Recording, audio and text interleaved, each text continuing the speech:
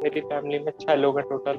मेरे पापा, मेरी माँ, मेरा एक छोटा भाई है और मेरे दादा दादी हैं।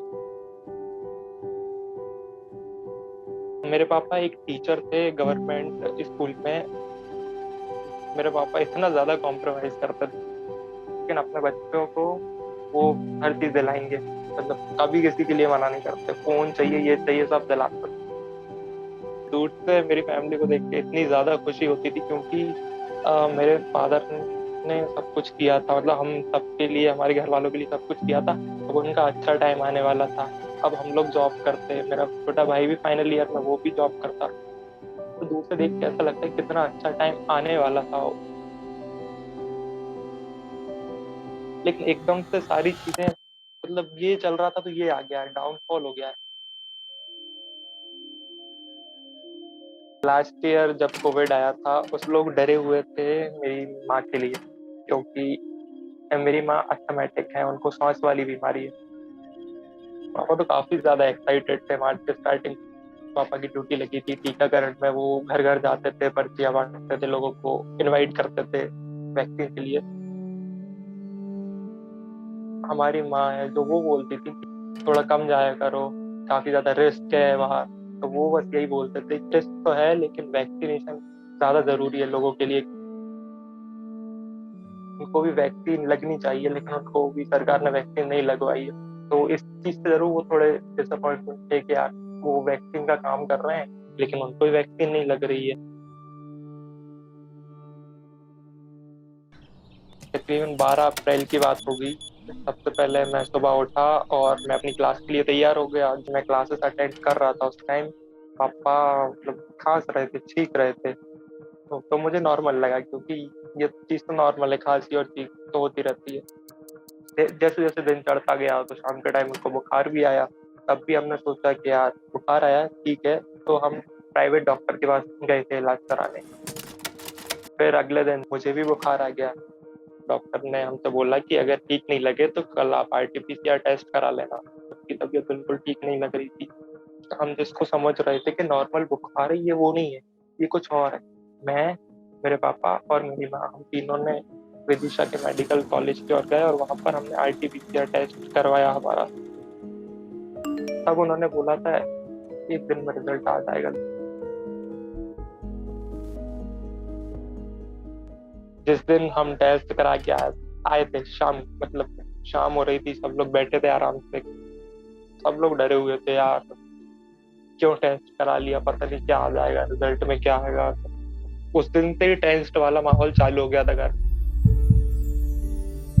के। बाद भी जैसे जैसे दिन चढ़ते गए, जैसे 15 के बाद 16 हुआ, 17 हुआ, तब जाके हमको लगा कि यार ठीक तो हो ही नहीं रहे हैं। हम डेली वेट करते थे, हम लोग डेली प्रार्थना करते भगवान से कि यार नेगेटिव ही आए, नेगेटिव ही रिजल्ट आए। 16 को मैंने फोन किया, 1075 हेल्पलाइन नंबर है, उन्होंने बोला कि यार आपका रिजल्ट अभी नहीं आया, आप कल फोन करना। 17 को भी फोन किया सुबह के टाइम, तो बोलते हैं यार हो सकता है कि शाम तक आ जाए आपका रिजल्ट, अभी तो नहीं आया।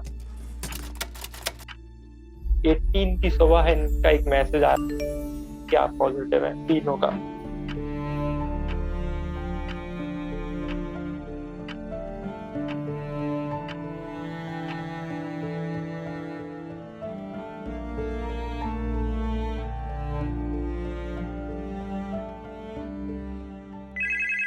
हेल्पलाइन नंबर थी, उनका कॉल आया था। हमने उनसे बोला कि हमें क्या करना चाहिए, हम पॉजिटिव हैं। तो उन्होंने हमसे बोला कि आपके घर एक टीम आएगी, वो आप सबको चेक करेगी, वो देखेगी कि आपको हॉस्पिटलाइज होने की जरूरत है या नहीं है। तो फिर जब टीम नहीं आई, 11-12 बजे के करीब थी, हमने किसी और के थ्रू बाहर से ऑक्सीमीटर मंगाया और ऑक्सीजन लेवल चल रहा था 86 से 84 के बीच। जो हेल्पलाइन नंबर है उस पर कॉल किया, तो हमने बोला कि ये इस पर ऑक्सीजन लेवल कम हो रहा है, तो आप बताइए क्या करना है। तो उन्होंने बोला कि आपके घर एक टीम आएगी। उस दिन भी वो पूरा दिन निकल गया, लेकिन कोई टीम नहीं आई। फिर हमने सोचा कि यार एडमिट कर देते हैं, हम खुद ही जाके एडमिट हो जाते हैं हॉस्पिटल में। HRCT जो टेस्ट का स्कैन होता है वो कराना जरूरी होता है। प्राइवेट लैब है वहाँ पर टेस्ट कराया। उसके बाद हम चले गए मेडिकल कॉलेज। मेडिकल कॉलेज में एडमिट करने के लिए वहाँ पर उससे बोला गया कि आपकी पॉजिटिव की रिपोर्ट, RT-PCR की रिपोर्ट। उन्होंने बोला तो हमने इनको कॉल किया हेल्पलाइन पे कि हमें RT-PCR पॉजिटिव रिपोर्ट चाहिए क्योंकि ये लोग एडमिट नहीं कर रहे हैं। तो हेल्पलाइन वाले बोलते हैं कि यार रिपोर्ट तो हम नहीं दे पाएंगे, आप मैसेज दिखा कर ही करिए। तो हमने इनको मैसेज भी दिखाया तब भी ये लोग नहीं कर रहे थे। तो एक ही मेडिकल कॉलेज में अलग अलग डिपार्टमेंट, एक बोल रहा है कि रिपोर्ट लेके आइए और एक बोल रहा है कि हम रिपोर्ट नहीं दे सकते आपको, हमारे पास रिपोर्ट नहीं है। तो जैसे तैसे हमने काफी मेहनत करी उसके भी। 1-1.5 घंटे बाद उन्होंने एडमिट किया। एडमिट करने के बाद भी शाम होने वाली थी, टीचर सपोर्ट तो उन्हें नहीं रखा।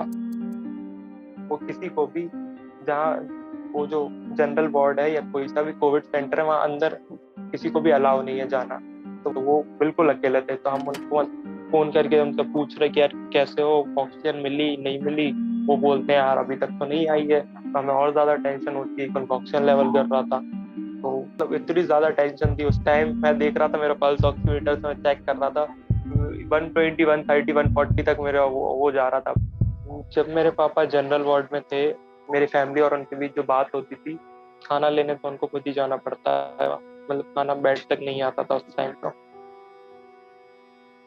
पापा पहले से कभी बीमारी नहीं थे, उनको कोई बीमारी नहीं थी, एकदम से क्या हो रहा है उनके साथ।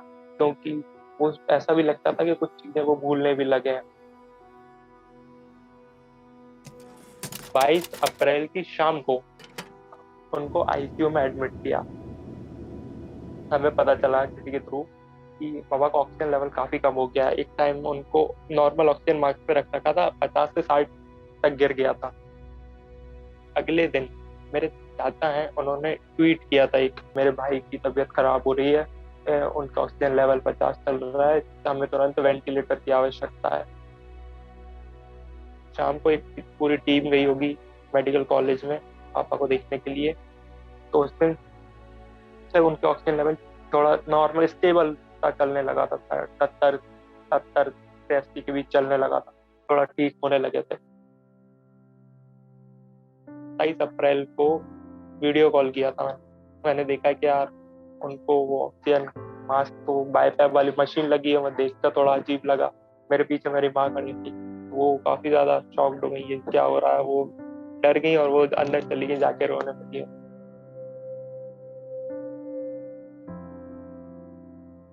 मेरी माँ और मेरे पापा दोनों एक ही यूनिट थे, मतलब दोनों एक दूसरे के अलग कभी रह ही नहीं सकते थे। अगर पापा कहीं जाते हैं तो वो माँ को साथ में ही लेके जाते हैं। मेरी माँ और फादर की मैरिज एनिवर्सरी होती है 6 मई को, 6 मई। तो हमने पापा को बताया कि यार, मैंने सोचा कि यार उनको याद भी है नहीं, पूछूं। तो बीच में अभी थोड़े दिन पहले मैंने कॉल करके पूछा था, 1 मई के पहले ही, कि यार आपकी मैरिज एनिवर्सरी याद रही, आपको याद है कितनी तारीख को आपकी? तो बोला हाँ सब याद है, भूला थोड़ी ना, कुछ बोलते हैं 6 मई को है। तो हमने बोला आप आ जाओ घर, मतलब कि हम कितने अच्छे से सेलिब्रेट करेंगे उस चीज को 6 मई को। मैंने बोला कि यार अब तो अपनी आप ठीक हो रहे हो, अब तो अपन को मस्त रहना है, पूरी लाइफ में अच्छे से साथ में रहना है। तो काफी खुश हो रहे थे। हाँ कि यार मैं अभी थोड़ी ना, वो बोलते थे कि यार मैं बूढ़ा थोड़ी ना हुआ, मैं अभी ठीक हो गई, घर आऊंगा। मैं पूरा पॉजिटिव हो चुका था उस टाइम, मुझे ये लग रहा था कि हाँ बस वो तो ठीक हो गई, घर आएंगे और कोई दिक्कत वाली बात नहीं है।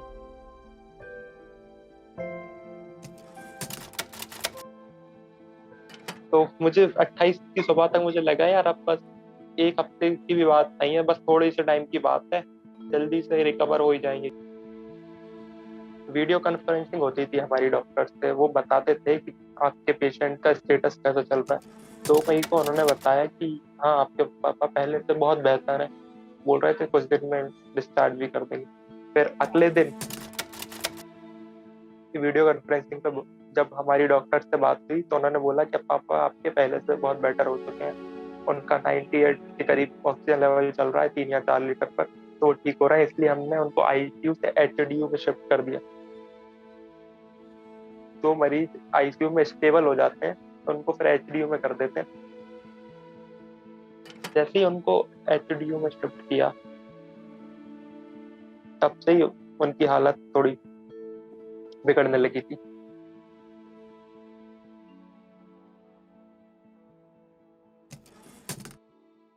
अगले दिन क्या हुआ, 4 मई को जब सुबह वीडियो कॉन्फ्रेंसिंग हुई, उसमें मैंने पूछा, उसमें उन्होंने बताया कि आपके फादर का ऑक्सीजन लेवल चल रहा है 74।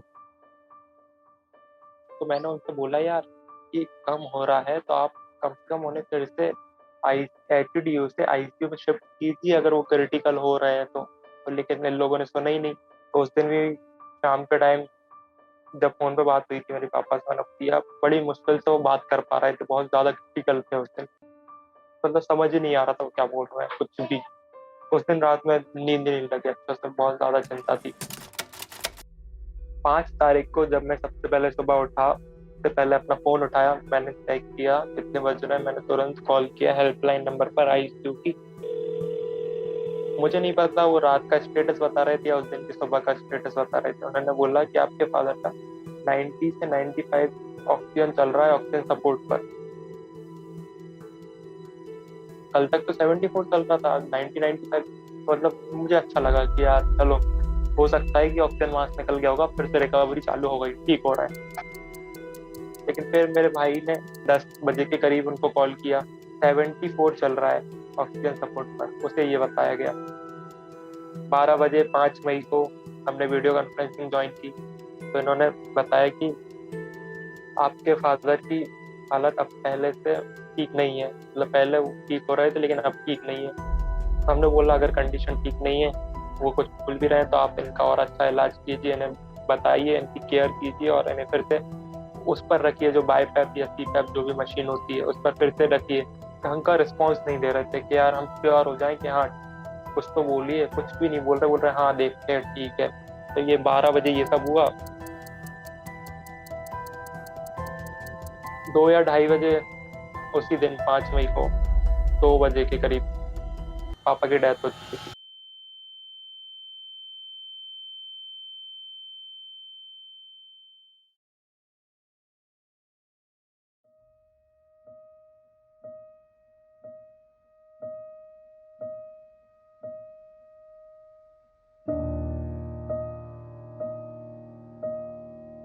लेकिन 3:30 बजे मैंने फिर से हेल्पलाइन पर कॉल किया, तो उन्होंने क्या बोला कि आपके पापा का ऑक्सीजन लेवल 74 चल रहा है और पल्स इतनी चल रही है, ये इतना चल रहा है। ये सब उन्होंने बोला। मुझे लगा यार ये क्या बात हुई यार, वो की डेथ हो चुकी है और उसके बारे में आप बता रहे हैं कि वो ठीक है।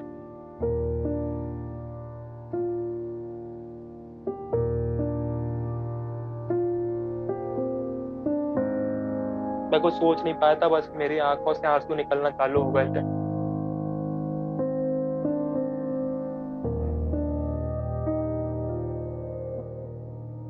मम्मी को लेकर हम वहां चले गए हॉस्पिटल। हॉस्पिटल पर हम गए, धीरे धीरे गए तो मम्मी ने देख लिया वो जो वैन होती है शव वाली, शव वाहन जो होता है उसको देख लिया। तो वो समझ गई, वो वहीं वो गिर गई।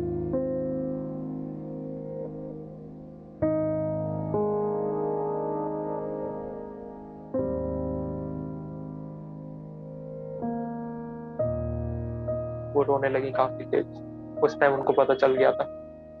सामने पापा थे स्ट्रेचर पे, गाड़ी में रखने के लिए तैयार।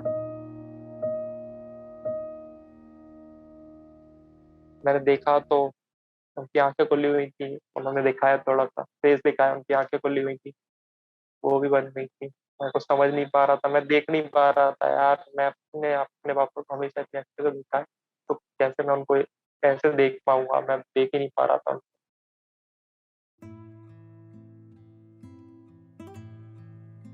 तो इसलिए ये जो चीज हुई है अभी मेरे साथ, मेरी माँ के साथ, वो तो मतलब काफी ज्यादा, मतलब भरोसा नहीं है उनको तो कि ये कैसे हो सकता है ये वाली चीज। अब वो बोलती है कि यार उनकी मतलब पूरी लाइफ मतलब खत्म ही हो गई है, बोलती है। अब वो सिर्फ इसलिए जीना चाहती है मेरा भाई और मेरे लिए, मतलब और उनकी लाइफ में कोई मोटिव नहीं बचा है जीने का। तो अब ऐसा लगता है कि एक वॉइड हो गया, मतलब काफी ज्यादा। ये स्पेस फिल कैसे होगी कुछ समझ नहीं आता, हो ही नहीं सकती ये स्पेस कभी फिल, क्योंकि अब कुछ समझ नहीं आता कि घर में सब बोलते हैं मैं बड़ा हूँ, अब मुझे सारे डिसीजन लेते हैं। तो मतलब पापा के जाने से काफी ज्यादा ये नुकसान है, बहुत ज्यादा मतलब। और वो तो कभी जा ही नहीं सकता ये वाला। मैं क्या बोलूँ, अब मुझे कुछ समझ ही नहीं आ रहा इतना।